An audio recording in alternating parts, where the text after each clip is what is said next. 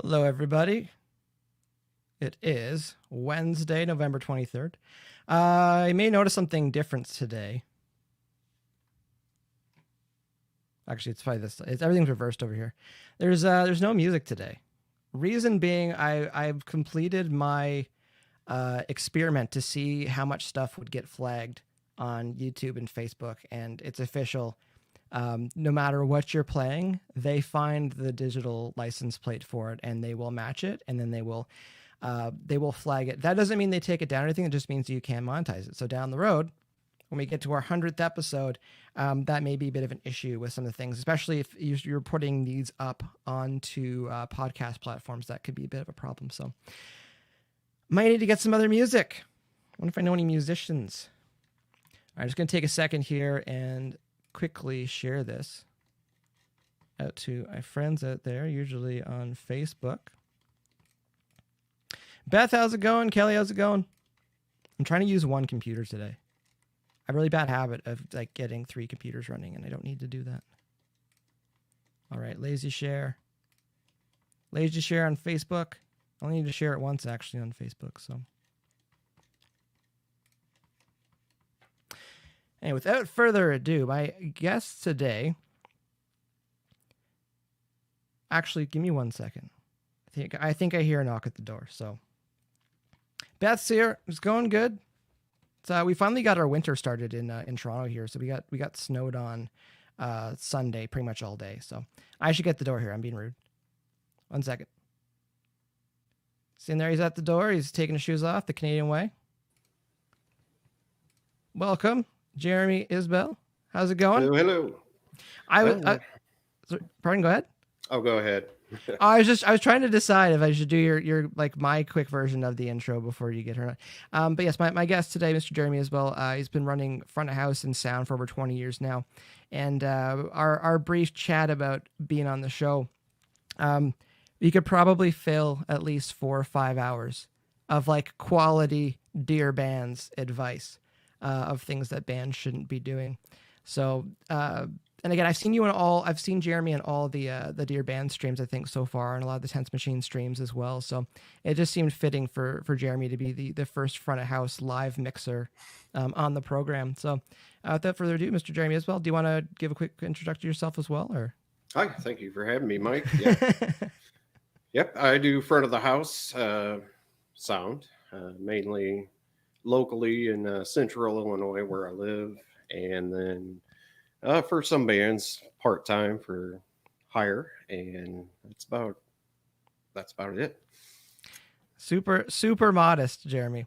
Yes. We met you. Well, I met you at I think it was in Peoria. At Twisted Spoke. But you'd known Brendan and Reed from Dead Set at that point, correct? From My Darkest Days. Yeah, you'd already met them. Yes. Because that was one of the things touring with them. It's like they knew people everywhere. So there was just fast friends everywhere sort of thing. But no, they did speak very highly of you and said, yeah, Jeremy's one of the good ones. And, wouldn't be surprised if you'd be knocked at the door a little bit if we got some of their shows in the area for you to come out. Heck yeah. Definitely. always for you, Mike. So 20 years doing live sound. What made you get into live sound? Just the love of music, of course, playing music since I was a child, but the sound aspect really came into it just when I started paying attention to frequencies and the frequency scale, 20 hertz to 20,000 hertz is what the human ear usually can hear, and just start studying those frequencies and learning about them. And it's really fascinating and mind-boggling when you get down to the science of it, but I've just always been fascinated with it, and just still am to this day, and always will be. So there's something about, because there's kind of a mystique to some of the science when it comes to frequencies and stuff like that. And I like, again, we've discussed it briefly, but it's like you being on the live sound and me being on the recorded side of it as well. One of the things that kind of like, I don't want to say it blew my mind, but we all hear differently. Yes, Like every one everybody of us, you does. talk about, 20 hertz to 20K. It's like we all generally hear something around there. But how our EQ, our natural EQ curve for our own hearing and like the shape of our head, the shape of our ear, the shape of our Correct. ear canal, like all of these things all play into how we actually hear stuff. And it's like, I feel like people who work in audio either have like a balance or an understanding. I Because if definitely have. Yeah, I have an understanding. I doubt if I have the balance, but definitely the understanding. well, I mean, even what sounds good to you, sort of thing, because that like I know there like I would say too, like we're both drummers, Yeah. and my audiologist, I go visit him once a year, and he's surprised that my high frequency hearing is as good as it is. But I've been wearing earplugs since like age 10, because he said like your hi hat on your left side, if you're right-handed, usually your high end starts to deaden a little bit because you're just tuning it out. And then where are your cymbals? They're usually at ear level. So it's like we're losing some of our top end, but I'm surprised at how many of us in production are all drummers. Yeah, it is weird. It's probably a weird statistic, but yeah. That's one of those things. One of the producers I learned from, he did mention that he's just like, we're always listening to everybody else. So like, we're not listening to because we're not listening for pitch when we're playing. Like, I assume as a drummer, we're not making sure our toms are pitched to F or something like that. Meanwhile, a guitarist is like constantly trying to make sure that they're in tune. Nothing's gone a little bit sideways. So I just feel like it's part of our makeup a little bit with playing drums. Sure. Was there like a time when, this may be a stupid question, was there a time when you were at a gig and you're just like, I can do better than this, I can mix better than what's going on here? Like, did that Oh did yeah, that that kind of trigger happens. you a little bit? No, that happens to everybody, and there's sound guys at my gig that say the same thing. It's just, yeah, there's. I've been to some really horribly mixed shows, and then I've been to some epic mixed shows. It's like, man, I need to get a hold of this guy and what talk to what's him. what's a memorable one you can think of where you're just like, this sounds freaking ridiculous? Oh yeah, there's. Well, I'm gonna give him a shameless plug. Aaron Moeller. He's actually doing sound for Midland right now, the country Okay. band. But yeah, this guy is insane. He's really good. Brian Hardiswick, another guy that he's really good. I mean, the list could go on and on and on. Like what about that show? Like what about those shows? Just, just the, I don't know, the tones that Aaron would get from the guitars. I mean, he was using Royer mics that, these $4,000 mics, but just the way Ribbon mics. just the way he'd position them and just know to crank them up in front of that amp, and to where Jerry Cantrell comes up to Aaron at one show, I remember. And Jerry Cantrell was like, dude, how are you getting that tone out of that? And Aaron's like, dude, I put them Royer 121s in front of it and I crank them up. And, I mean, it's just, I don't know, when you just hear it and it connects with you and it really moves you to where it makes you feel something. That's good. It's funny you mentioned the Royer 121s. Remember Mike Turner, the original guitarist for our lead piece. I worked for him for a few years, and I remember him telling a story about live. And the front of house, they put the front of house engineer put a Royer 121 on his guitar, and Turner was just like, "What are you doing?" Because what's our go-to usually for guitars or stuff live? 57. Yep. Because they're Yeah, workhorses. 57. Can drop them off a roof. You can run them over with the truck. They're fine. But with ribbon microphones, like they're not durable. Ribbon mics, you blow on them too hard and the ribbon gets popped out of them. Like, it's not an every type of show sort of thing. But you're not the first person to say that. But I've never seen a ribbon microphone on a guitar amp live. It's something else Yeah, it's easy, $2,000, $3,000, $4,000 mistake if Yes. something happens to that. We talked about it briefly before. Again, like when you're like some of these shows we talk about, like it just sounds amazing. Does like the audience probably doesn't notice. Like they don't notice when No. everything's good. Yeah, some do, of course, but the majority usually don't. The majority don't have a clue what's going on, Yeah. not in a bad way or Well, that's saying part of anything it. bad. But yeah, when you go to a show and it sounds amazing to you, that sound guy did his job. So Yeah, no, that's one of those things that it's like you could be mixing the best show of your life and you get one little hint of feedback and all of a sudden they're like, oh, he doesn't know what he's doing. oh yeah, especially if you're doing those big gigs, and festivals and arenas and all sorts of stuff. You don't want any feedback whatsoever. I will expand on that in a second. I see here Patterson's on here. How's it going, Patterson? He's saying killer lights, Jeremy. I meant to mention that right off the bat, but we just started chat. Your background there for anyone that's just listening and not actually seeing what's going on. Jeremy has a rotating laser etched image of the world behind him. Yes. I thought we yes. said no lasers, Jeremy. I thought I know. You gotta have lasers. you mentioned these things. Lasers. Brendan's gonna be taking notes. Oh yeah. B's gonna be blowing up my phone, being Yeah. like, dude. Like how to get a handle on some of these lasers. I mean, yeah. Go Okay. ahead. Back with the live thing. Feedback. How do bands avoid feedback? Where do we get our feedback from? I as a drummer have not dealt with it. Yes. You shouldn't. So. Oh yes, good old feedback. It's just when you're fighting frequencies on your output of audio and your input from a microphone.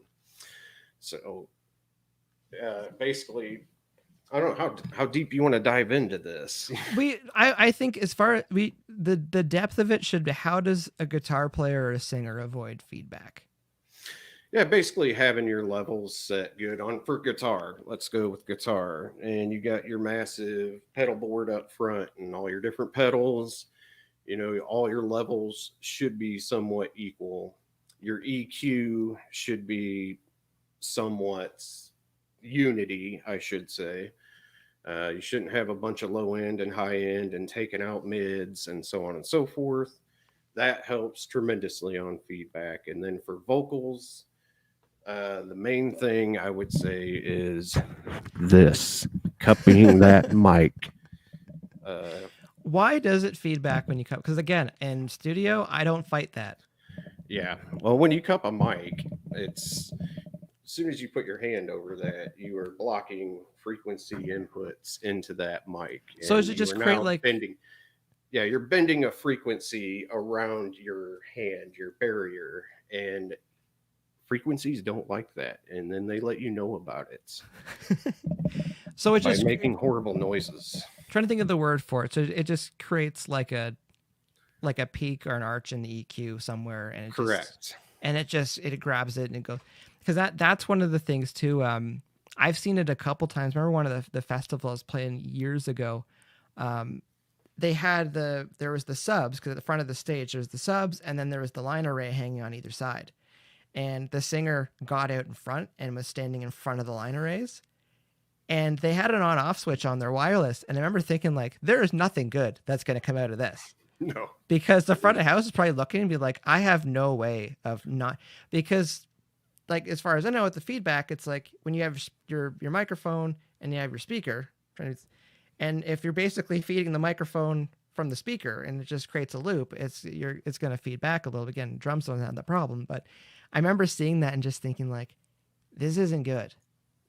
And I think, like, I haven't seen singers do, again, like we learned the hard way, unfortunately, because we usually just get tons of feedback and then everyone looks at the front of house and it's just like standing right in front of the speaker.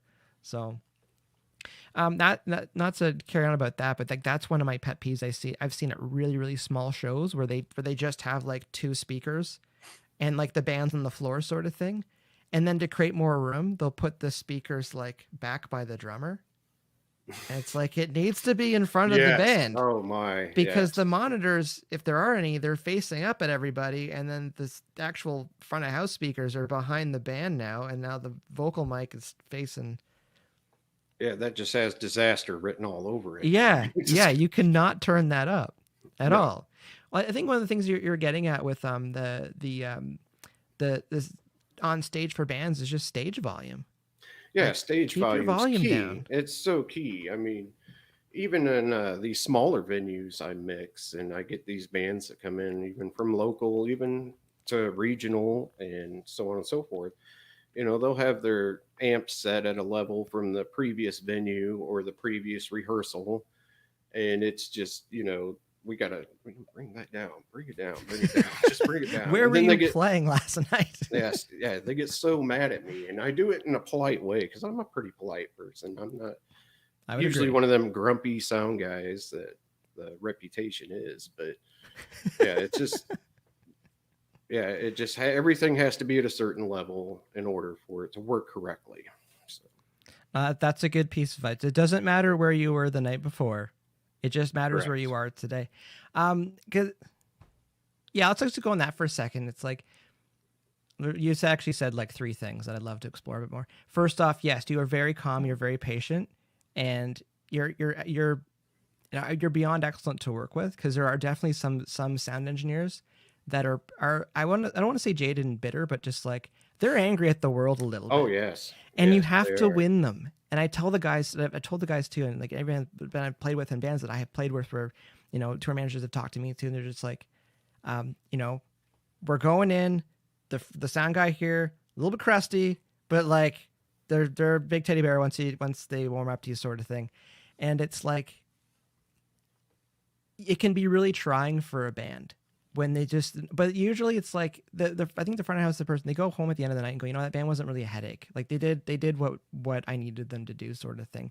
And then there's front of house people like you where it's like it's really yours to screw up. Like Jeremy's on your side. He wants the show to be good. Yeah, Like let's just start there and do the best that we can. yeah. My job is to make you do the best of your ability on stage, to make you as comfortable on stage so you can do your thing with no worries. That's that's my job. Yeah, One of them. like make the technical side of it transparent and just make Correct. it as easy as possible. Excuse me.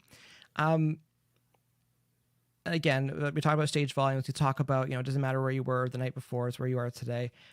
Any guitar players listening, again, same thing. Turn your guitars down like 30% lower than what you think it should be at because it's easy to turn it up. And I'm sure, Jeremy, you've experienced this where like everything's fine during sound check, and then everyone has a little bit of volume creep. Oh yeah, And then you come back over. it happens quite a bit. Yes. It's I will say it's funny because like just before we started filming this, we're checking stuff, and there's a hiccup with Jeremy's microphone, and we were joking about it before, where it's just like everything's fine, and then it's like not fine for a second. One of the cables that Jeremy had, I need to plug in, it had this stupid plastic wing on Oh, it, so he couldn't get it in to the into his computer, and then I can hear off to the side, and I'm just like, is he just sawing the ends off this thing? Because it's a USB thing, and I can hear it, and I'm like, I hear the one side end, and then I'm like, yep, he's doing the other side, and then you got it work, correct. and Yes. it's Yes. things like that where there's just sometimes things are, because I wouldn't consider that a fire because I could still hear you before, but it's like, actually, yeah, we'll there's another part I want to go after this, but it's like you'll have like 3 hours to set something up, and then the band's on at 9, and then at 8:57 there's an issue with something, and you're That just like, happens why could this? 70% of the time at You're least. like, why could this not be an hour and a half ago? Yes. Like, what is the deal with that? What, like, is there something that comes to mind where you're just like an epic fire that needed to get put out? Like, I'm sure there's a bit of a Rolodex to go through, Oh a filing man, cabinet. yes. Yeah, What there's are some common ones? What are some common ones? common ones are usually just human error. From sound check to showtime, somehow the magic gain on the guitar amp gets turned up and stuff gets repositioned magically on stage. Microphones, I'm talking about, so on and so forth. A lot of movement on stage. Uh, I mean, we could go into so many stories on this, but If you it's got just one, love to hear it. okay. Well, let's see. Because we've had the usuals, XLRs just stop working. Oh yeah, Lines XLRs. get crossed. Oh, lines get crossed. Like even at Rockfest 2018, when got our less than 10-minute window to sound check, lines were getting crossed. The stagehands had the input list. They somehow didn't follow it correctly, and and then time's going down, and they're like, "You have 2 minutes, and I just got through your drums, and that's it so far." Because nothing else is plugged in how it's supposed to be. And I'm 250 meters away from you guys on stage. It's not like, hey, That was weird check because channel 11. because that's the furthest you've been from us. Usually correct. you can That yell is at us. that is the furthest I have been from any band. Yeah, 250 meters is quite a ways. I mean, I had to, in order to see you guys, I had to look at the LED screens and the jumbotrons to see where you guys were positioned because I couldn't even see you. That's how far away you guys were. It was pretty far. I mean, it just that happens so much. It's with the input list going wrong with that one at Rockfest to XLRs cutting out in the middle of a show, and you can't leave your soundboard. You cannot leave your console just to run through the crowd upstage and to fix something. And there's no one there to communicate it with you either. It's just, stuff happens. Yeah. It's times like that where like you need an assistant or you need a second person to be at the stage. Yes. That you trust and can communicate with. That gig in particular, because like sometimes we just don't have a lot of time to do any check really. No, never. It's just like it's just gotta go. And like I think the first tune, it's like try to get it together on that one the best that we can. That's how we have to do it usually, because unless you're the headliner, you can take all the time in the world to sound check. But if you're not headlining, you do so much on the fly because you have to. It's insane. Yeah, I think I told the story a couple weeks ago, but when we're on the Disturbed tour with Sansonia, like I remember one time in particular, we had 7 minutes and both bands were setting up at the same time. Sansonia had no check, and us was just a line check. It was just like everybody on stage right now, 2 drum kits being built. Like 4 guitar amps going up, 2 bass amps, like everything just went up all at the same time, line check, and then they wanted to do doors, and that was it. And it's like, all right, let's just hope that everything's good, because everything that happened to us 2017, the Nutcracker in Peoria. Right. We had a 2-minute line check on an analog soundboard with racks of all of the goodies. I had to do it old school with an analog system, a 2-minute line check before the doors opened, and accomplished it. And you guys sounded amazing, by the way. Oh, thank you. Was, on your guys' thank you too. You guys blew it out. But just stuff like that on the fly. They're like, you got 2 minutes, and we're opening the doors, and that's it. That's all you got. On that tip, analog versus digital boards, because I'm imagining you started on analog boards. Oh, of course, yes. Oh yeah, analog. Always started on analog, but I prefer digital. Digital's the way to go. Why is that?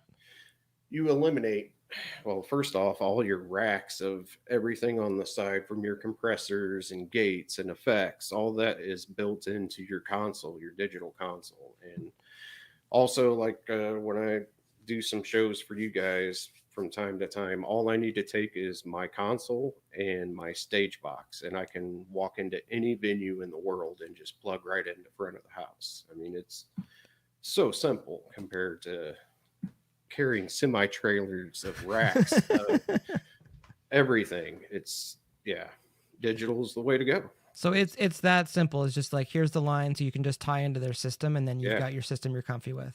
Correct. Yep. That is amazing. I've been on tours too where they've had like one digital board and then they just make pages for everybody.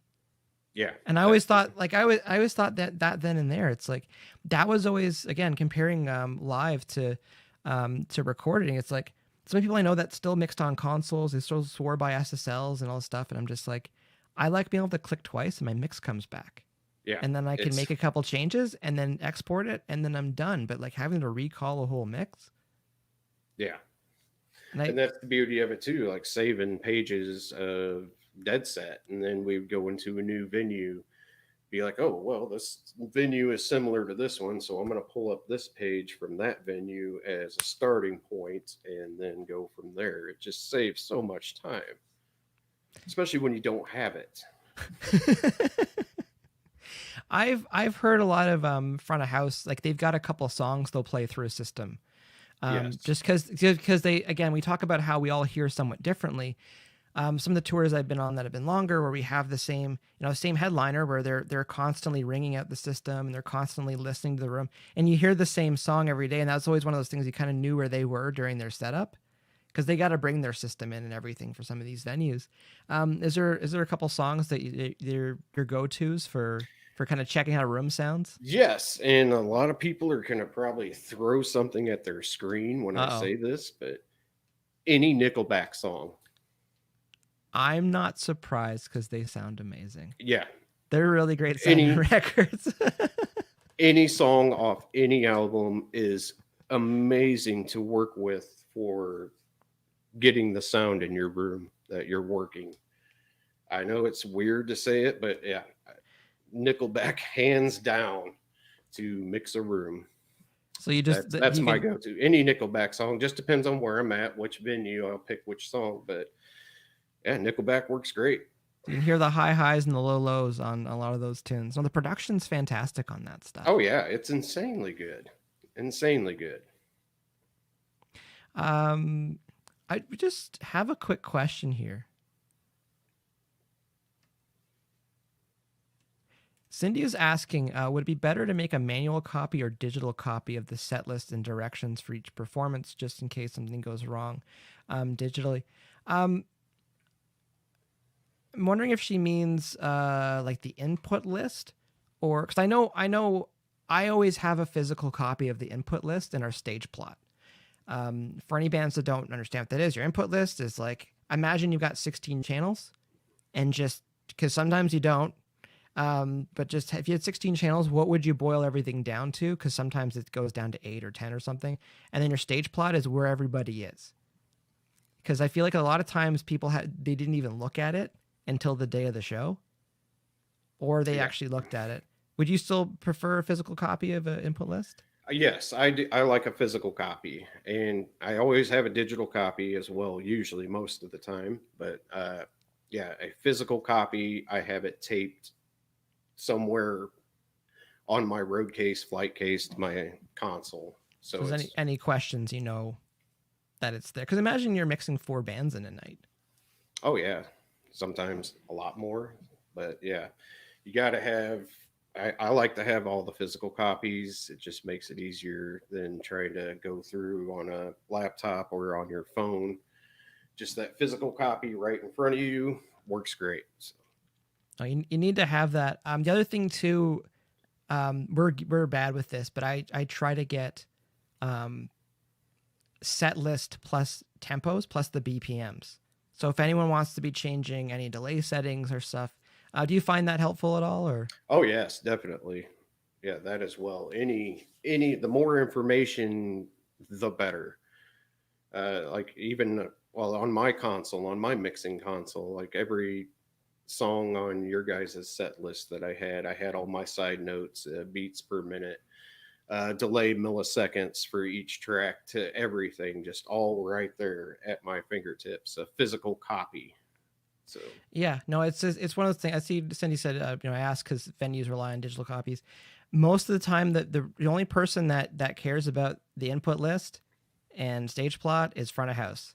Yes, and the band silently praying that someone actually got it, because it answers so many questions. And when you're a 4-piece rock band, it's not a big deal. But if there's anything that's kind of weird, it's like it's better to know that beforehand than to be surprised. We're a 4-piece rock band, but we also have bagpipes, or like we also have a trombone player or something. Or We're a like, motor okay. grader. From Motor Grader. I didn't get their input list. I love Motor Grader. I love doing sound for them. But man, when they brought that Motor Grader on stage, I'm like, what the hell is this? How am I miking this thing up? Like, what is like? That sounds like one of the weirdest things you've had to put a microphone on stage. But like, what are some other ones you can think of? Oh, just I've even had a baby grand piano that was cut out and had certain piano strings left on, and a certain homemade mallet that the guy's hitting on stage, and had to mic that to homemade various instruments. I mean, the weirdest thing you could ever probably think of, it would come up. Hey, this is part of a fuselage off this Cessna 175 I turned into a kazoo, so we need to mic this. Do you have the Roar 121 out it by chance? So. For our friends on YouTube, yes, I can see your comments. Don was saying, I actually love Nickelback. They're great live. They are fantastic live. Yeah. That's I get a lot of grief from people. Oh, you like Nickelback? Is like, why don't you? Why do you hate them? It's just because everybody else does? Or? I think it's cool, but like, go to a show, go listen to it. It's like it destroyed. I will tell this story all the time, but yeah, 2012 Junos, Nickelback was opening, and so many people were kind of turning their nose up at it. And I told everyone, it's like, just wait, because they're gonna have pyro and it's gonna be awesome. And they started the show, big percussive cannon, and the band sounds phenomenal, and there's like pyro stuff going on. And after that, everyone's just like, that was awesome. They win. Yeah. They win everything. They win every award that you can give them. Just give them already, because it's fun, And that's one of those things where you talk about before. It's like when there's technical issues and stuff, it takes people out of that moment. Oh yeah. And like that's not to put pressure on you, but like that's part of your job, is to make sure people kind of get immersed in what's going on with the live sound. So I would agree with that. And I want to say it's almost a thankless job, because again, if there's no problems and no one's like, very few people are like, yeah, it sounded awesome. They just like, but most people will speak up if there was any feedback or something like that. So yeah. Just thinking, we've been talking about some of the venues. Like, what are some of the best venues you've had? Because you've done arenas, you've done big festivals, you've done theaters, hole in the wall bars. Like, what's some of the best venues where you're just like, this is pretty wicked? Yeah, I like doing festivals and theaters mainly. There's a lot of cool theaters out there that are just awesome to do work in, and outdoor festivals are great. I just like outdoor shows as long as there's a big enough rig to support it, and which usually there is. And yeah, arenas, I really don't like arenas because they're just not built to do shows like audio, any type of audio whatsoever. They're for hockey and basketball, Yeah, no, I would agree. I remember my first time playing in an arena and hearing the echo, like real legit echo of a snare bouncing off the back wall, and realizing how out of time it was. Oh yeah. When you start playing, and just feeling, you talk about basketball arena, it just felt like we were playing with a bunch of people bouncing basketballs, because there's just stuff bouncing all over the place. And it's crazy. You actually have to EQ your mix to counteract all that slapback that you're getting all over the arena, and otherwise you're gonna have a really bad sounding show. And then what's one of the terms I heard? The meat baffles. Once people show up, because you're mixing. Yeah, oh yeah. And then it's like, imagine you were mixing. Well, again, in the studio world, like imagine you're mixing in an empty room, and then you put a bunch of furniture in it. It's going to translate differently. Yes, it does. So yeah, so compensating for some of that stuff, it's just, Again, it's a whole different thing because you're assuming it's going to sound a certain way once people get in there. Yes. Yep. You're Right. guessing of what it's going to sound like when people are in there, and that's what you're basing your mix off of, and hoping that you're correct. I was just gonna say too, again, like going from analog consoles to digital consoles, like that's got to make a huge difference in getting some of those huge systems together. Oh yes. Where Yeah. you're because you were saying before, you can just flip to another page, like okay, this room's similar to this one. You can just flip back over to it and just at least see if it's kind of in the same ballpark.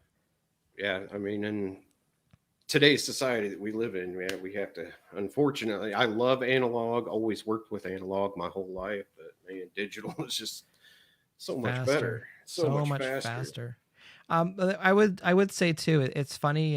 Well, not funny because I'm sure everyone running front of house and running monitors, their heart stops for a second. But when there's a quick power outage or a surge, or Yes. because we know what happens when the power comes back on with the computer, Oh yes. you gotta wait for the board to boot up. Yes, you do. Analog, you flip the switch and there she goes. It's going Same way again. with the stage lighting. You got to wait for all those computers to boot up as well.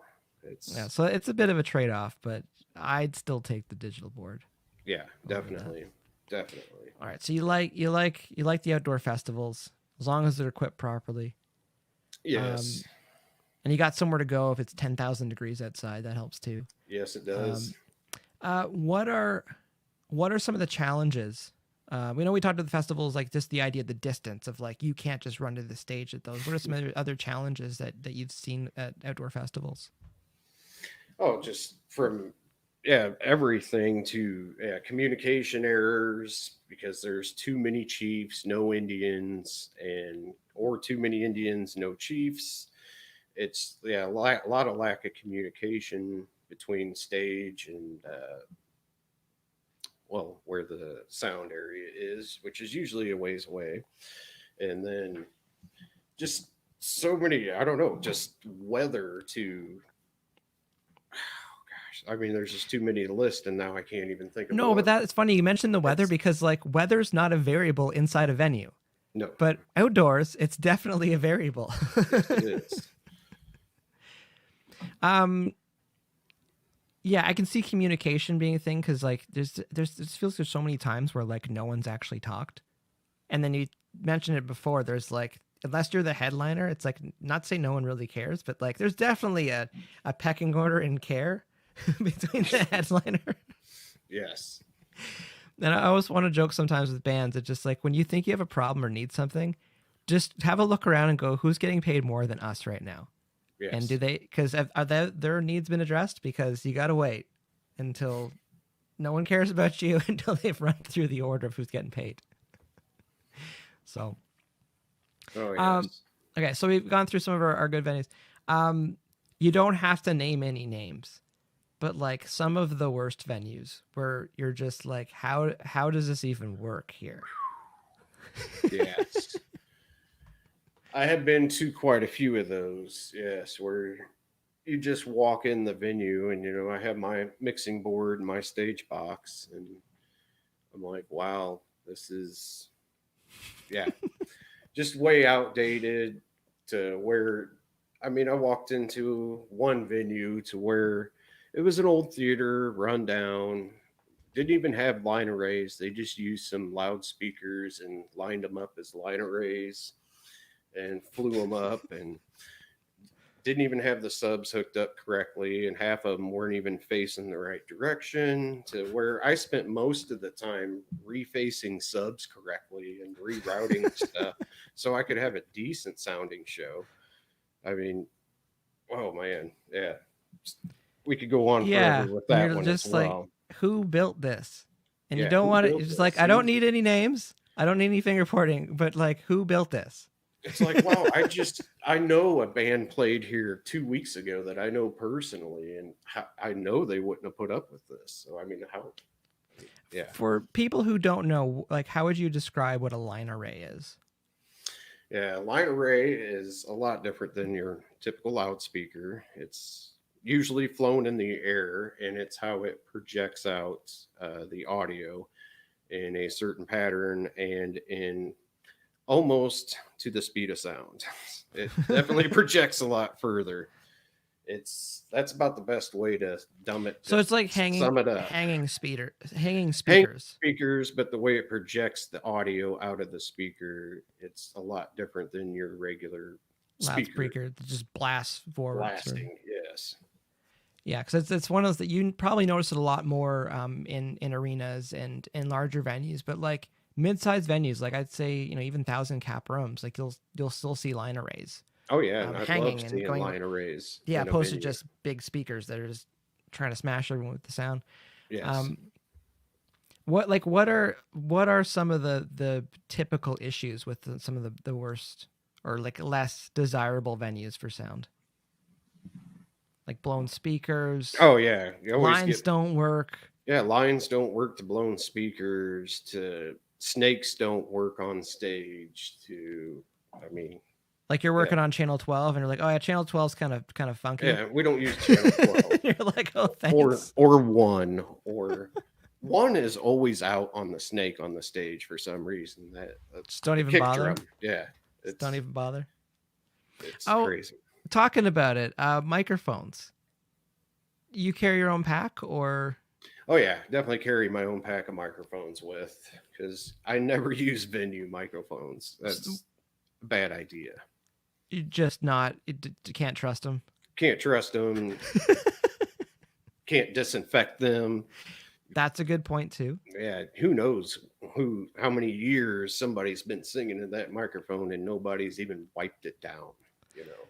No, that's in the audio course I teach. I do the thing where you got the SM58 and the SM57. I take the ball off the 58 and I'm like, what's the difference between these two microphones? Because there's really not a lot of difference except one's got the ball on it, like, and it's got the little bit of foam screening behind it. I'm like, this is a vocal mic, so this is trying its best to keep a little bit of moisture off the capsule, but it only can do what it does. But I'm like, there's a lot of venues out there for any singers, like spend the money on at least a Yes. 58, your own, because imagine you travel around drinking out of other people's cups all the time.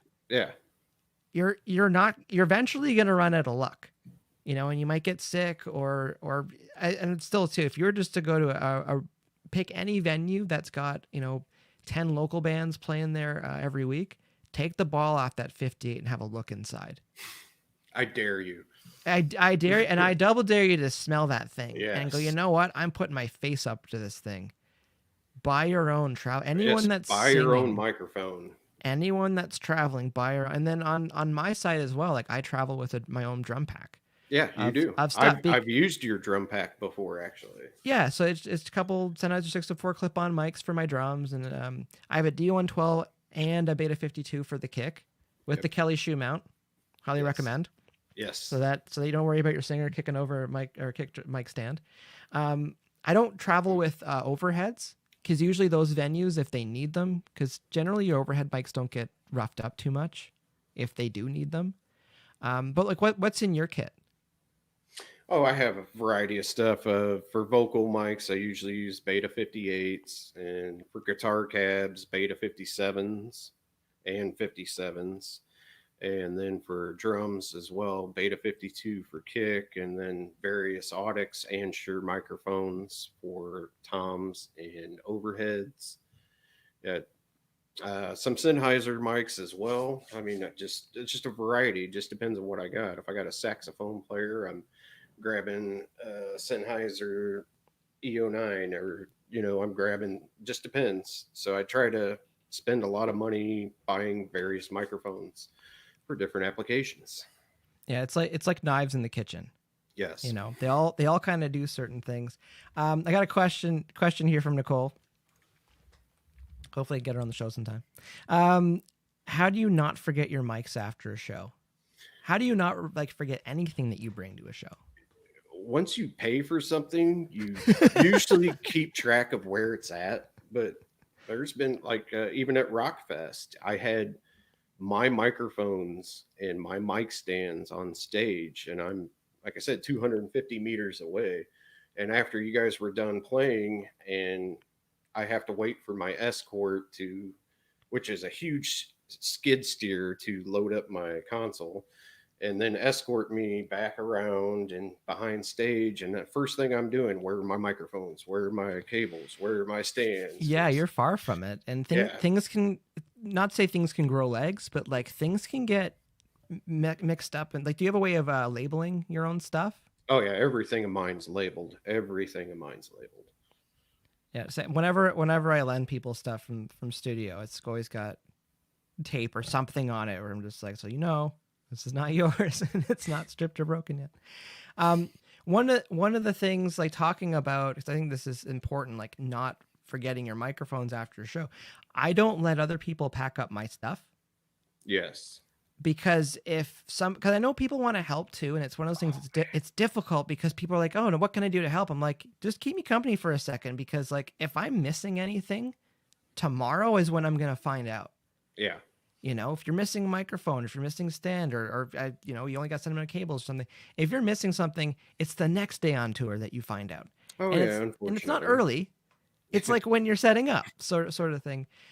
So my system for this, and I'd say this a bunch of times when bands talk about, rotating responsibilities and stuff. Like, okay, well, I'll do this. I'll load the van and you go to merch tonight, or like I'll book the hotel and you do this tonight. No, find your jobs and just zero in on what that job actually, entails, and just stick to it. So if you have the same two people loading your trailer or your van every night, they'll know if something's missing. Yeah. They'll know if a guitar case is a little bit too light, or if something's not right. So I think that plays into it too, because like Jeremy, you probably have your case for your console and your stage box, and so you probably have a certain amount of pieces. Yeah, I have a certain amount of pieces, and I have an actual inventory list of everything I have with me at all times. That's smart Yeah, too.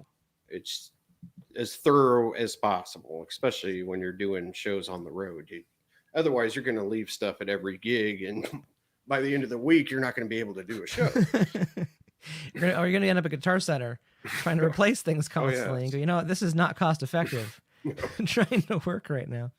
Yeah, so I think that's my thing. It's just like develop a system and a routine as early as you can. Actually, that's an excellent segue. Now that I think about it, we chatted about it briefly. When we get to the venue, I will say Jeremy was usually at the venue before we were, pretty much every day. But I get it. It's like we're usually on band time, trying to get places, and you want to go and have peek around, stuff like that. What's the first thing you do when you get into a venue? Like what's kind of like your show day routine? Sure. And my day sheet is pretty much, well, usually I get a PDF file or something from the venue before I even get there. The layout of the venue, what front of house speakers are, monitors, the whole layout, everything. So I know what I'm getting into before I even get there. Usually that happens nowadays 95% of the time. Usually venues are pretty great about getting that information to you. Otherwise, I'm bugging you, Mike, saying, hey, you got an email address for this venue, because no one's getting to me. But yeah, so I usually know the layout of the land before I get there. And then once I get there, I start checking everything out. I go on stage, I check the speakers or arrays or whatever's in the venue. I check all the monitors. I check how everything's routed. It's, a lot of checking. I have a checklist of everything I go through. And if it's in a theater that has an upper balcony or an arena with an upper bowl, I'm up there checking stuff. I'm going around the whole venue. And then, of course, you got to hook all your stuff up. And then you're checking stuff up through the whole venue while you're sound checking and so on and so forth. There's just a huge routine and a long list of things that need accomplished in a very short amount of time. So you just get in there and you got to get to know the place as quick as possible. Yeah. So I could imagine there's a lot of, I don't want to say a sigh of relief, but like if you go back to the same venue a few times and you get to know it, because you're not wondering if there's any surprises, frequency wise or standing waves wise or anything. Yes. Yeah. Revisiting frequent venues usually is a plus, especially if I like them. That's even better. So you get there, the band gets there, they start getting their stuff set up. You start pushing mics onto things. Like how long would you say it should take to do a sound check? Yeah, usually, well, where's your starting point? Which, where do you want to start from? Where you're micing stuff up to? I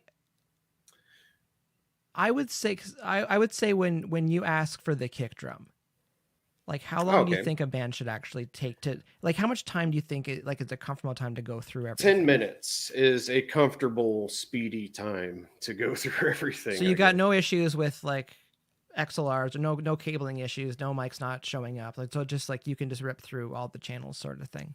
Yeah, at least 10 minutes is a good, comfortable time. That seems very reasonable.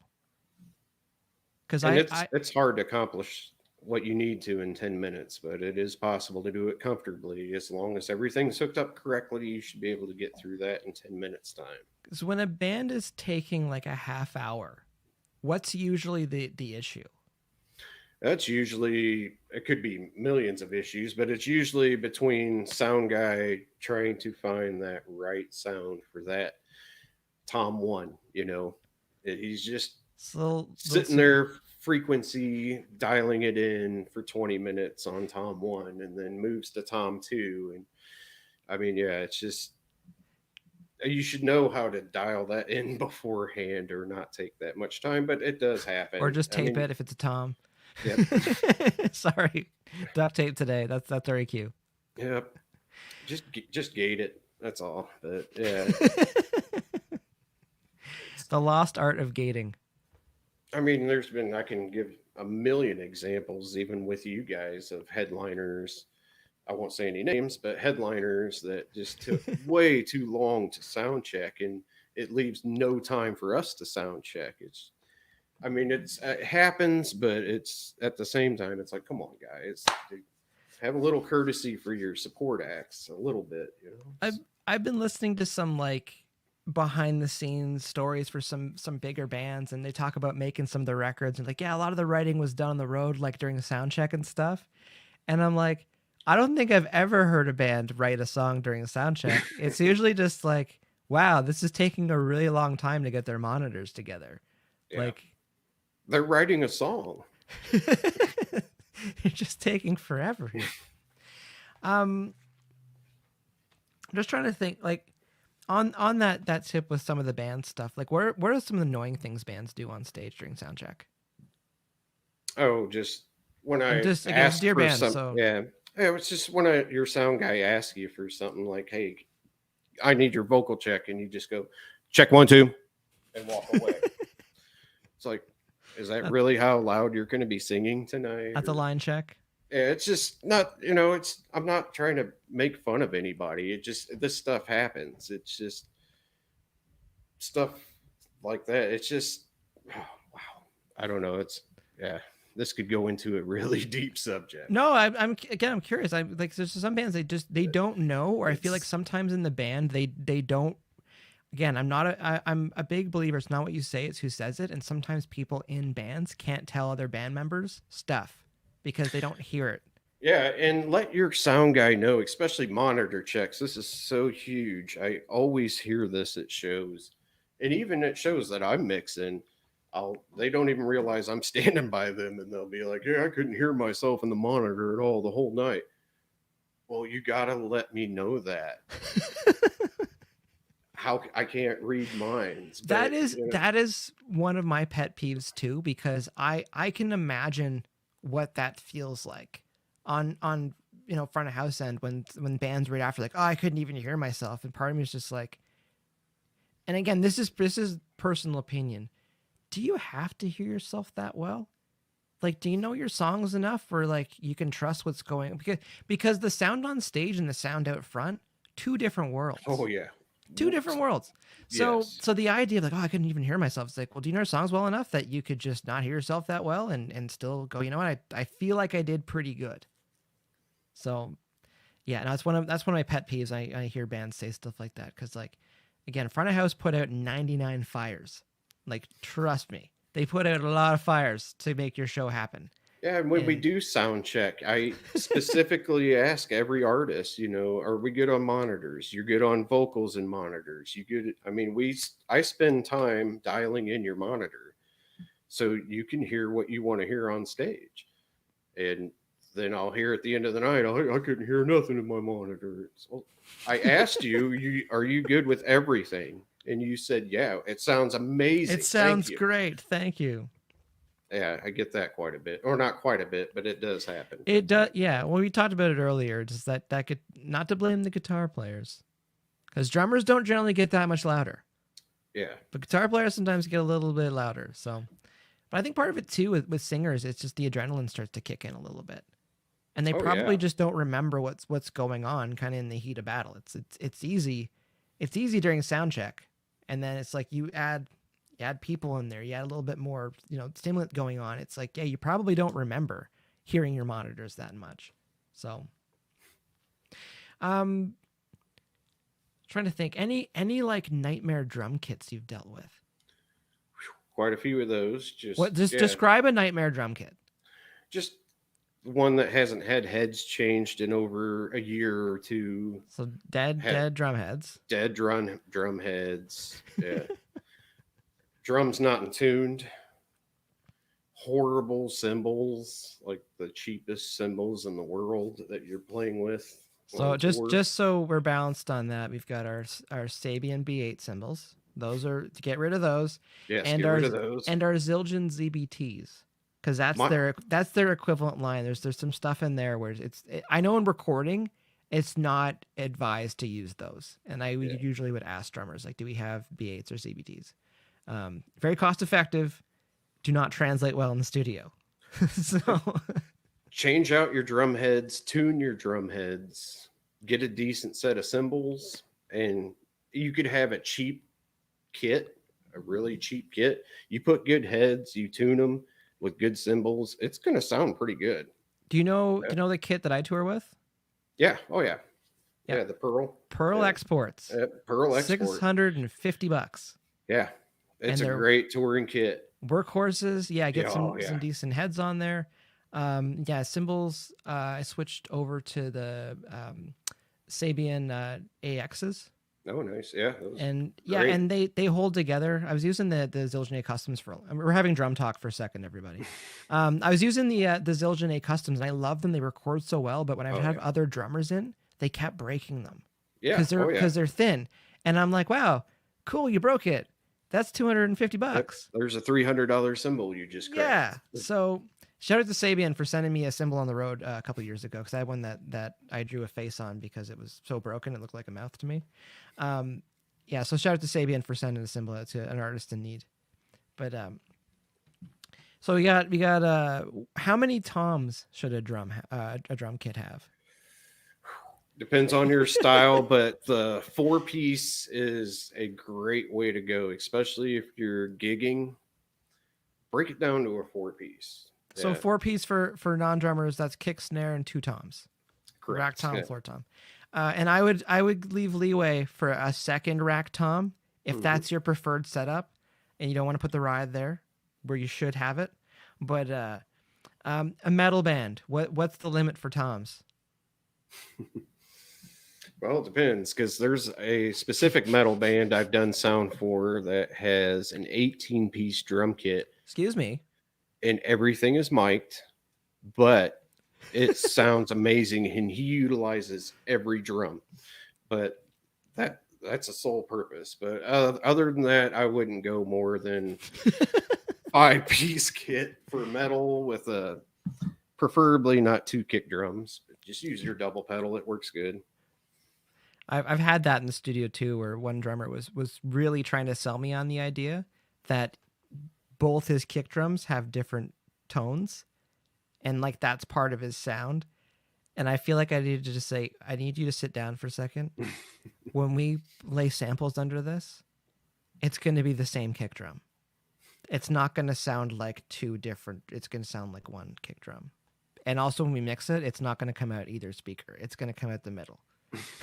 So I don't want to ruin everything for you, but like you're not going to reinvent recording right now. because it's going to No, be really weird if your kick drums are sound like this on someone's that head, means sort of they're thing. not tuned the same. So It's yeah, tune it's them. gonna be totally weird. So like we're just I'm gonna be the bad guy here and say we're not gonna do that sort of thing. With metal kits too, it might be a little bit different, but like sometimes I feel like the cymbals get really close to the toms with metal kits. And Yes, they sometimes they have do. the cockpit thing going where the toms are like really on an angle with the cymbal. Like how do you get in there? It's tough. It is really tough. You got to invest in some really good mic clamps that go on drums to get into the tightest spots ever, and angled XLRs as well work great, and to get into tight places on drum kits, especially when the cymbals are low and you have to mic that tom at the top, and you got an angled XLR. They can still clear their cymbal What is reach. at what point in your process would you ask a drummer to move something so you can get a microphone in?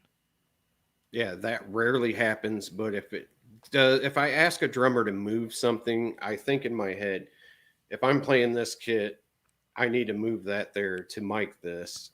Am I cool with that? And if I am cool with that, then I ask that drummer, hey, can we move this a little bit here or there to accommodate to mic up accordingly? And usually when I ask, oh, no problem, dude. It's no problem. Because, like I said, I ask myself that first. If I'm playing this kit and I need to move this, is that going to be cool? And usually, if I'm like, no, that might be in the way, then I'm not going to ask. I'll find a different route. But yeah, usually I just ask myself first before asking. Yeah, I feel like with that because I'm same thing if I need to get them because usually in the studio like everyone's super accommodating because they want to make sure you can do whatever you can to make things sound as best as it can. Yeah. Um, but I feel like the more experience some musicians have, the less problems like that we have, especially with drummers. Because if imagine if you have 10 front of house people asking you to move something, just start and move it because Yeah. you know they're probably going to ask you again. Because I've had comments like, "Wow, your toms like you run them really flat." I'm like, "Yeah, because it's easier to get a microphone on top of it and then to get the rejection from the cymbals." So I run it as flat Yeah. as I can. It just makes a lot of sense. Um, this actually ties in really well with a question I've been holding off for a second. It's Nicole again, actually. Actually, so Don asked, how many years have you been in the biz? You were saying 15, 20? Yeah. At least 20 doing sound. So, Uh, yeah, no, again, you probably got stories for days. oh, yes. And then Nicole asked this question. It kind of goes in nicely to what we're talking about. What happens when you get attitude from artists? I swallow my pride. No, I do get a lot of attitude from artists from time to time, and it is just swallowing your pride and moving on because I don't have time to argue or sink down to that level and say something smart back, or I'm too busy. That's a good way to put it.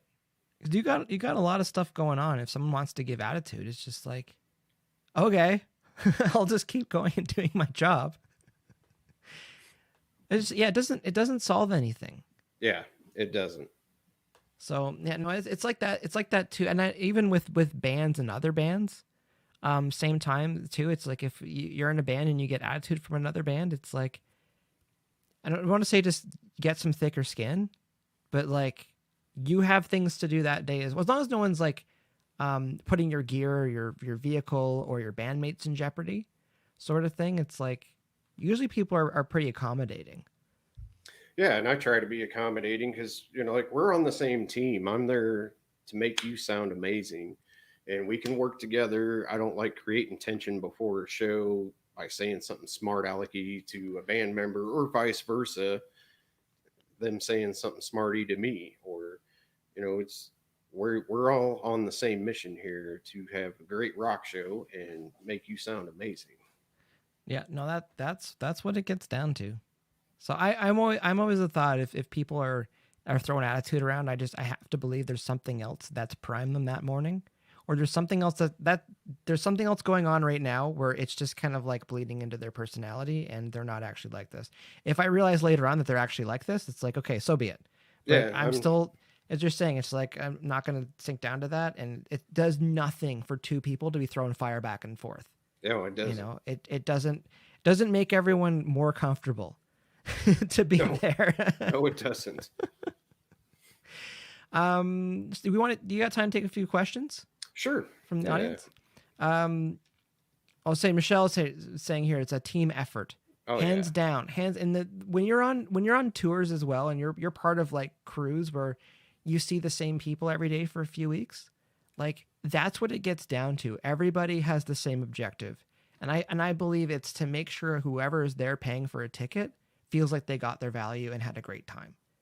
And everything needs to be pushed out towards that. Everyone needs to be doing the same job to make sure everyone has a good time there. So I need a question here. Artist or group be a dream to work with one day? And present company excluded. Well, you guys, of course. Because you guys are great to work with. So easy to You're work great to work with, Jeremy. You make it easy. You guys are awesome. But wow, there's so many great bands out there that I would love to work with.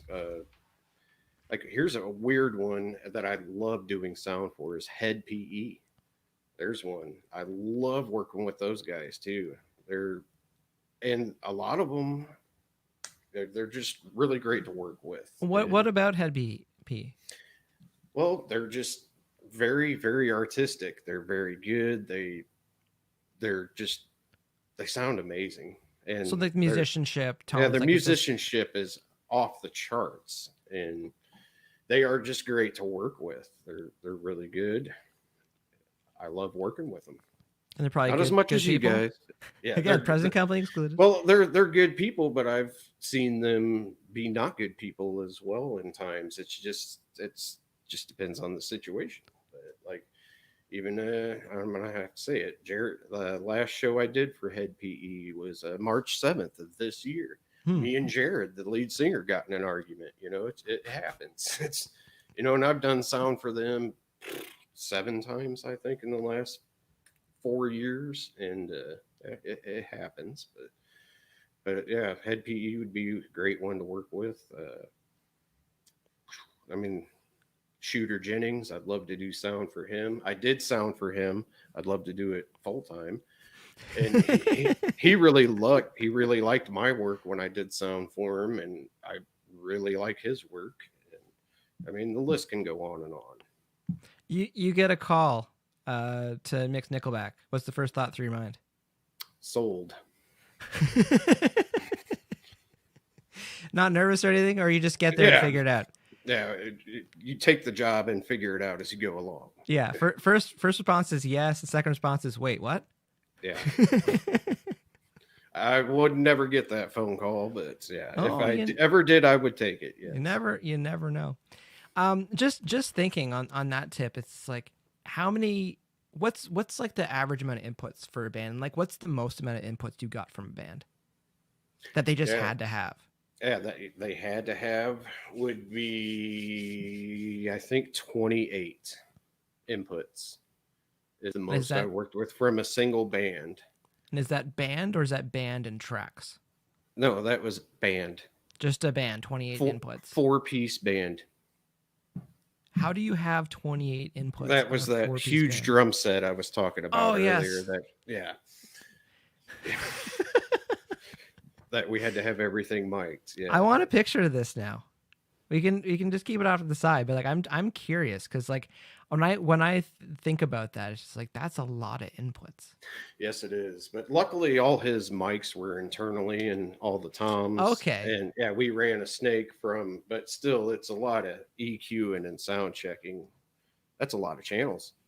And that is. I know people in the studio where it's like. Even some like A-list mixers where you can send them 90 channels, like 90 tracks in Pro Tools or whatever, and they still sum it down to 48. Yeah, they're like, I don't need any more than 40. If you can't get your song across to 48 channels on my SSL, like I don't know. There's something wrong with it if you can't sum it. We talked about it briefly before. There's a lot of things we talked about briefly before.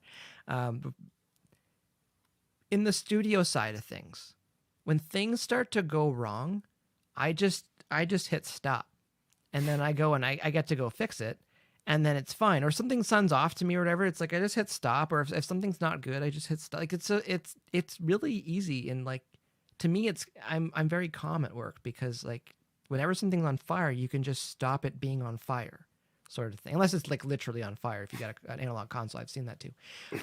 So have I. But but but in the live sound thing, it's like once the show's going, like, what are some things you don't have control over anymore? Oh yeah, there's several issues. Like there's electrical issues on stage with anything that can go wrong, anything that you don't have control over. In a tenth of a second, you have to figure out how to correct it and how to fix it. And hopefully, you're good at improvising and MacGyvering stuff. And luckily, I am. And usually, you can figure it out and fix it. But that's, I mean, your main focus is once you analyze, you run into a situation that's out of your control. You just have to find a way to fix it as fast as possible, and their failure is not an option. So at that point, if something's wrong on stage, at what point do you get up on stage to fix something or send somebody? Or do you just kind of like, if it's a half-hour set, you go, you know what, that's what today is. That guitar amp isn't working today. Yeah, well, like if a guitar amp goes out, that's usually on that guitarist because there's not much I can do to fix that problem. Usually, but excuse me, that I'm not sure where to go from that point. Yeah, no, it's I feel like some of my questions, like things that I'm curious about, like it's such a can of worms. It is because I don't know. You just got to figure out whatever problem that you're having and figure out a solution and resolve it as quickly as possible. Well, that too. I guess that's where, like, again, when you got 20 years experience, you can probably just like, I'll do this right now to put this out, sort of thing. Or if you see somebody else have to deal with something, because I've always been fascinated how quickly front of house can zero in on feedback. Yes. And like find the fader or find the EQ or go to the graphic EQ and just like quickly shut it down. Yep, and that's somebody who knows frequencies to somebody who doesn't. Because I've seen shows, and even in my younger years when I didn't know frequencies as good as I do now, that, you know, when you get that feedback and you're still hearing it and that sound guy can't zone it and get it out, you know, that's just a lack of education. Because if you know your frequencies, you should be able to zone in on that feedback. You've heard it immediately. Before. I mean, even if it's a high pitch, you're like, okay, I know that's a 4K frequency feedback and I know where it's coming from. So in 2 seconds, I should be able to have it completely gone. And is there like you can probably go through the sounds in your mind right now, but it's like, how many standard feedback sounds? Like, are there certain numbers, or like 3 or 4? You're like, these usually go? Yeah, there's a good standard 3 or 4 that usually go. I would say from a low frequency to high, and then a few mids, but yeah. Because I've had a few friends and people in live sound. They're just like, oh, they call it the frequencies. I'm like, are you just making it up, or is it like there's like 3 or 4 that usually go all the time? So you could, because you get used to just being able to hear, like, think of them as individual instruments. Yeah, and you're just like, oh, the 4K is going a little bit wild on me right now. So yeah, even the 200K to 4K spectrum is the critical for feedback, I would say. So always issues in there. Always. If there are issues. I'm to kind of segue from that, it's like I would find that as a very high stress job, because and not to compare things that I've done, but I remember I was recording comedy for a while for at Yuck Yucks, and I realized it was for Sirius XM. And it was an easy gig because I just set up, I just recorded from the mixer, ran lines from it, plugged in the Pro Tools, and I realized, like, my job is to get yelled at if something goes wrong. Because, like, anyone can not saying anyone can just set this up and hit record, but it's like, my job is to know how to fix this if things don't work. Yeah. you know. And again, in the studio, it's pretty relaxed when the way that I look at it. But it's like how like mentally, like are there certain gigs where you're just like it starts to eat away at you and you're just like, I don't know if this is worth it, like the stress, or do you just enjoy the job that much where you're just like, nah, it's fine, like this is what today is. Oh, Like I enjoy the job that much you actually, love it but that there much. are some yes, oh yeah, but there are some days that it will get the better of you, and you're like, why am I even bothered doing this anymore? This is insane.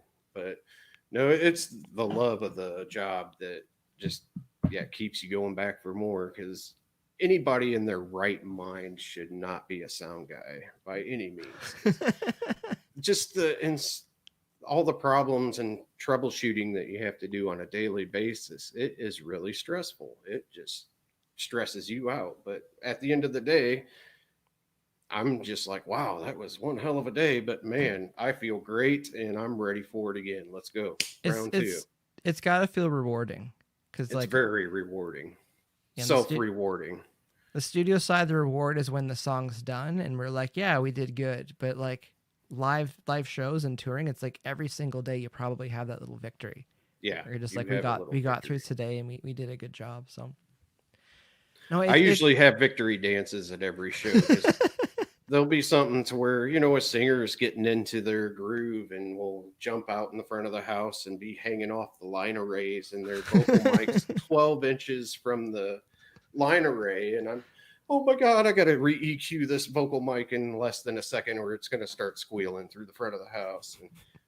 And then you do it, you accomplish that, and that's a small victory, and everybody in the audience has no idea what you just did, but that was a victory in my book.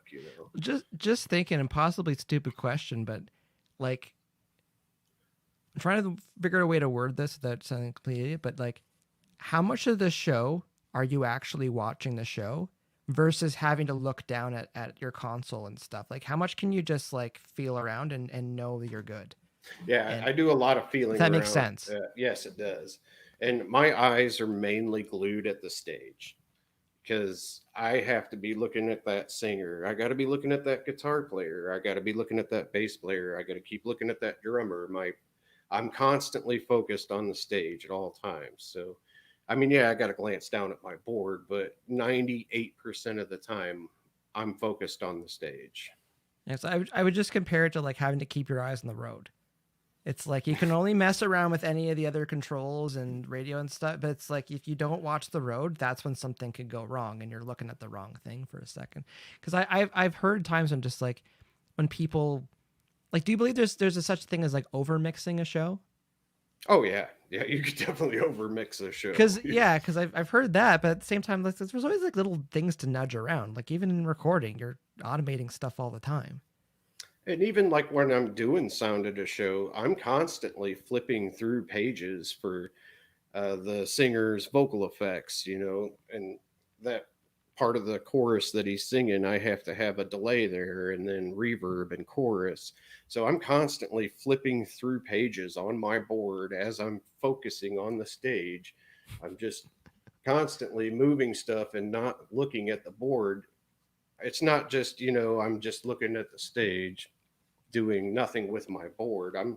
My hands are always moving on the board through the whole show and my eyes are focused on stage. So I guess that's a better way to explain it. But No, it's just it's a whole different beast again. yes, Because once the train's moving, it's like the knowledge that you have right now, and the experience, and the gear you have access to, and like any other time restrictions and just any other variables. It's like here's your recipe today.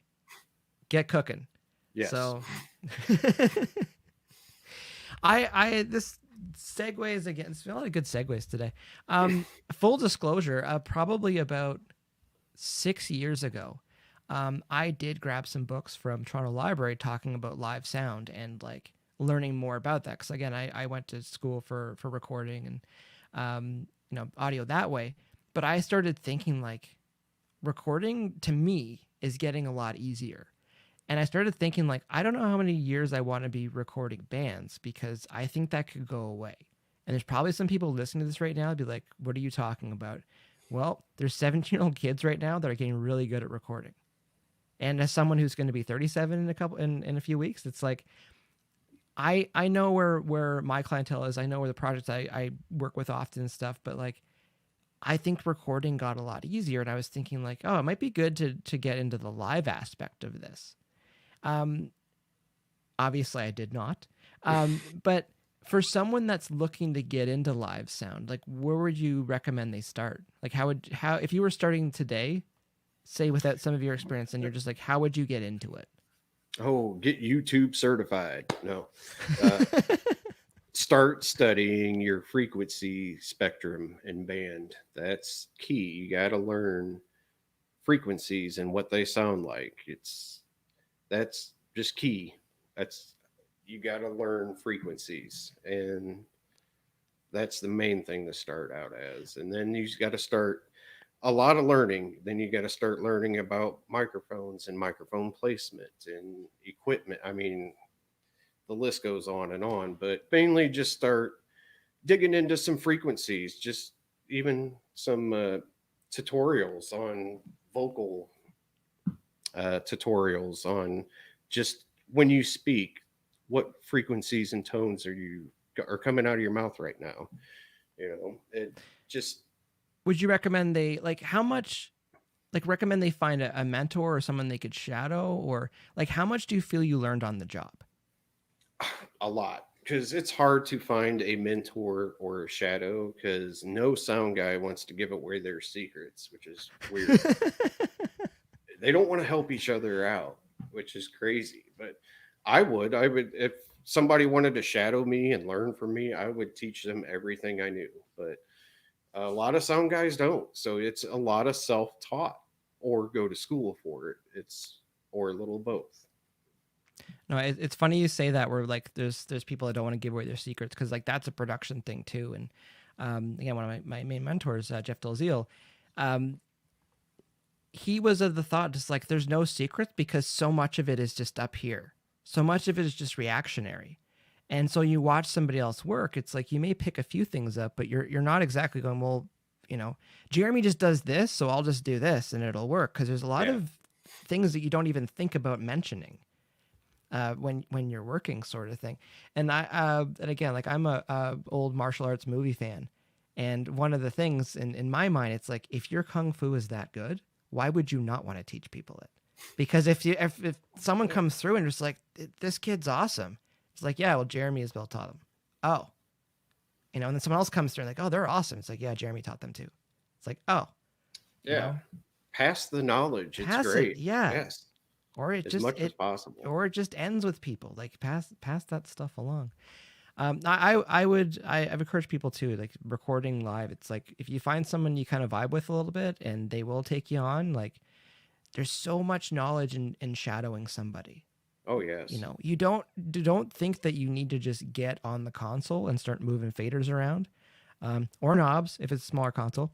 But just like watching somebody work and having someone you can openly ask questions of what they're doing when the time is right. You can't be on stage asking about kick drum mics. But it's like when you do have that time with them to explain a few things, because you may not think about things like how to explain it until someone asks you a question about it. Yeah. So yeah, it's just I'd say anyone wanting to get into it. I do think I know this has been a rough year for to say the least for live sound and for live events and stuff. But I still think in our industry, I still think it's one of the safer jobs. I agree. Because Definitely like agree. bands and artists will be touring. There's a lot of things we can do in house for recording, but bands and artists will be touring. So um, it's one of the last questions I would ask. Would you rather be out on tour, or would you rather have a venue that you just kind of you have a steady gig at? Can it be both? Okay. I mean, yeah, I mean, nobody wants to be on the road all the time, and nobody wants to be stuck in the same venue all the time. But it would be great to achieve both, just so you don't get stuck in the same old routine too often. But I would still prefer the road over anything, just because I love working in different venues. I love walking into an old venue that, or any venue, just different venues, different people, different everything. Just it keeps it different. I like different. Well, you've got your family on the road, and then yeah, you've got the variable, which is the different place and different people that are working there. So yeah, I can. That's what I like about touring too. Like it's adventure every day. Yes, that it is. Jeremy, I've had you about almost an hour and a half now. Is there anyone you want to shout out? Anything you want to plug? There's not much to plug. Tense Machine. Down. Sure, appreciate it. Shameless plug for Tense Machine. Thanks. Hopefully we're back there sooner than later. Yes. And again, it was good to see you back in January. Yes, you as well. We're all wide-eyed, be like, yeah, we're back on the road, and then everything started shutting down. So yes. Where can people find you? Someone wants to message you. Just on Facebook mainly. Facebook? I don't really advertise what I do. I stay busy enough to where I don't need to advertise or anything. Just find me on Facebook. I do have a page called Whammy Bar Productions, and that's basically my sound page, and that's about it. Well, sounds good. I'll put those links in the description below for YouTube after if you want to get a hold of Jeremy. And again, like if you're looking to get into live sound, like find someone like Jeremy. And you may need to ask around. We did talk at the top of the program tonight. Some front of house people are a little bit rough around the edges. Yes. From years and years of abuse from bands. So go in understanding that. But if you find someone that you think things do sound good, compliment them. What are some other ways that bands and artists can show appreciation for their front of house? Yeah, just compliments are good, and just say that you were great to work with, easy to work with, and yeah, just keep it positive. Keep it positive. And if there's anything negative, let's take care of it during sound check. If you have a problem with anything, let's get it done before the show. That's what it's there for. Or after sound check, even go and talk to them after sound check. Don't just leave it. Yeah, until after the show. Yeah, and I talk to the bands after sound check to make sure we're good. But yeah, because it does hurt. It does hurt and stab a little bit if you do hear that after a show that you just overhear the bands. Oh, I couldn't hear my monitors or this or that, and it's. Maybe it makes me feel like I failed you. Maybe we need to communicate. Maybe we need to draw up an agreement. So after sound check is done, everyone in the band here agrees. As of right now, everything was good. Yeah, and if like for any bands listening to this, yeah, don't be afraid to tell the sound guy if you're not happy with something, even if he's a jerk about it. Then at least you did your part to make them aware of it. Yeah, and they don't have to be a jerk about it either. Yeah. It's like, again, as you're saying before, everyone's on the same team. Yeah, should be. And the front of house, like it probably doesn't take that much work to make a band sound not very good. Yeah. If you wanted it to. And I've never done that, by the way, in my life. No, I imagine. Believe me, the thought was in my head a couple times. Be like, man, I want to destroy this band. This band needs a lot of bass and not a lot of vocals. How about that? We'll just go from there. All right, Jeremy, thank you so much for joining me tonight. Thank you for having me. I knew early on, I was like, I gotta get Jeremy on here because I'm sure he's got some stories. I'm sure we can do a part 2 to this. Oh yeah, like we didn't even get into stories. No, because time flies by too. I don't want to have like 4-hour programs on here because I would listen to it, but yeah, I would too. All right, thanks again, Jeremy. I'll see you out in a second. I'm just gonna wrap things up here, so just hang tight. All right, I feel a little bit exposed right now because I don't have my normal background music. Just kind of playing everything out. Again, there's the issue of getting copyright strikes on YouTube and Facebook and stuff. So my experiment is now complete with that. I might get some other music that I can play in the background. But again, my guest tonight, DearBands Live episode 8, Jeremy Isbell. He's mixed everything from arenas to large scale festivals to theaters to hole in the wall bars. He's had everything thrown at him, and he very calm and collected, very patient person to work with, pleasure to work with, and fantastic ears. And one of the things we talked about earlier, it's like generally the crowd doesn't understand or acknowledge how good things are sounding unless they're not sounding very good at all. So one of the compliments I think live sound engineers are used to getting is a silent one, when everyone's just really happy and says the band sounded great tonight. So again, thank you, Jeremy, for being on that side of the fence and making bands sound good. Thanks for everybody for taking part in the chat tonight. I might be picking up a second time slot to interview some more people, because we are coming up on the holiday break. Whether you're celebrating the holidays, the second and third, fourth week of December this year or not, there's a few more people I'd like to get through before the end of the year. So might pick up a second slot. So just keep an eye open for that. Again, Mike from HeyLangford.com and DearBands. Appreciate everybody. I'll have this up on YouTube tomorrow as far as the updated description and everything. So, all right, that's it for this evening. Thanks again, everybody. Talk to you later.